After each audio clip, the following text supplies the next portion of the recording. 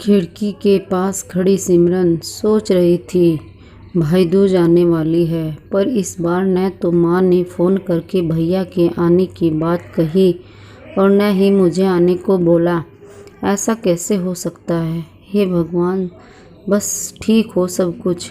अपनी सास से बोली, माँ जी मुझे बहुत डर लग रहा है, पता नहीं क्या हो गया, मुझे कैसे भूल गए इस बार। सास ने इजाज़त देते हुए कहा, कोई बात नहीं बेटा, तुम एक बार खुद जाकर देख आओ।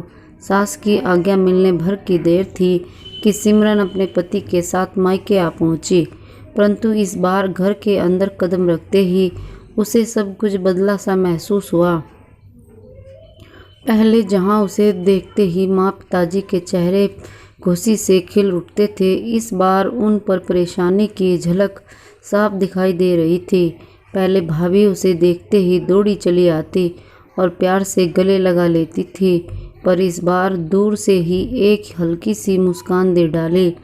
भैया भी ज़्यादा खुश नहीं दिखे।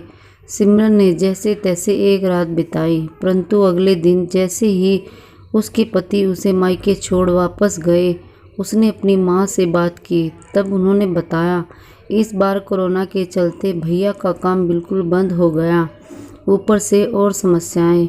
बस इसी वजह से तेरे भैया को तेरे घर भी न भेज सकी। सिमरन बोली, कोई बात नहीं माँ, ये मुश्किल दिन भी जल्दी निकल जाएंगे, आप चिंता मत करो। शाम को भैया भाभी आपस में बात कर रहे थे, जो सिमरन ने सुन ली। भैया बोल रहे थे, पहले ही घर चलाना इतना मुश्किल हो रहा था, ऊपर से बेटे की कॉलेज की फीस, परसों भाई दूज है, सिमरन को भी कुछ देना पड़ेगा। भाभी बोली, कोई बात नहीं, आप चिंता न करें, ये मेरी चूड़ियाँ बहुत पुरानी हो गई हैं, इन्हें बेचकर जो पैसे आएंगे उससे सिमरन दीदी को त्योहार भी दे देंगे और कॉलेज की फ़ीस भर देंगे। सिमरन को यह सब सुनकर बहुत बुरा लगा। भैया भाभी के ये क्या बातें कर रहे हैं? क्या मैं यहाँ उनको तंग करके कुछ लेने के लिए ही आती हूँ? वह अपने कमरे में आ गई। तभी उसे याद आया कि शादी से कुछ समय पहले जब वह नौकरी करती थी तो उसने बड़े शौक से अपनी पहली तनख्वाह लाकर पापा को दी थी। तब पापा ने कहा था, ये पैसे अपने पास ही रख ले बेटा, मुश्किल वक्त में काम आएंगे। इसके बाद वह हर महीने अपनी सारी तनख्वाह बैंक में जमा करवाती रही। शादी के बाद जब भी मायके आई तो माँ ने उसे पैसे निकलवाने को कहा, पर सिमरन हर बार कह देती कि अभी मुझे ज़रूरत नहीं है, पर आज उन पैसों की ज़रूरत है, इस परिवार को है। वह अगले दिन ही सुबह भतीजे को लेकर बैंक गई और सारे पैसे निकलवाकर पहले भतीजे की फ़ीस, कॉलेज की फ़ीस जमा की और फिर घर का ज़रूरी सामान खरीदकर घर वापस आ गई। अगले दिन जब भैया का टीका किया तो भैया ने भरी आंखों से उसके हाथ पर 100 का नोट रखा। सिमरन मना करने लगी तो भैया बोले, ये तो शगुन है पगली, मना मत करना। सिमरन बोली, भैया बेटियां मायके शगुन के नाम पर कुछ लेने नहीं बल्कि अपने माँ बाप की अच्छी सेहत की कामना करने।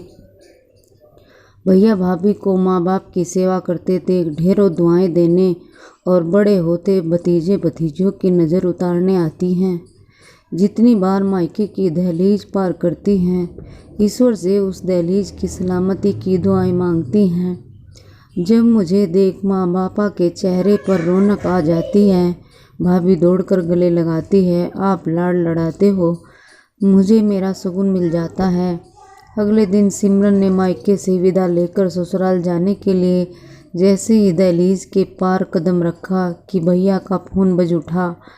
उन्हें अपने परिवार के लिए बहुत बड़ा ऑर्डर मिला था। वे सोचने लगे, सचमुच बहन बेटियां मायके कुछ लेने नहीं बल्कि अपनी बेशकीमती दुआएं देने आती हैं। जब वे घर की दहलीज पार कर अंदर आती हैं तो बरकत भी अपने आप भीतर चली आती है। हर बहन बेटी के दिल की तमन्ना होती है कि उसका मायका हमेशा खुशहाल रहे और तरक्की करे। मायके की खुशहाली देख उसके अंदर एक अलग ही ताकत भर जाती है, जिससे उसके अपने जीवन में पेश आने वाली मुश्किलों का वो डटकर सामना कर पाती है।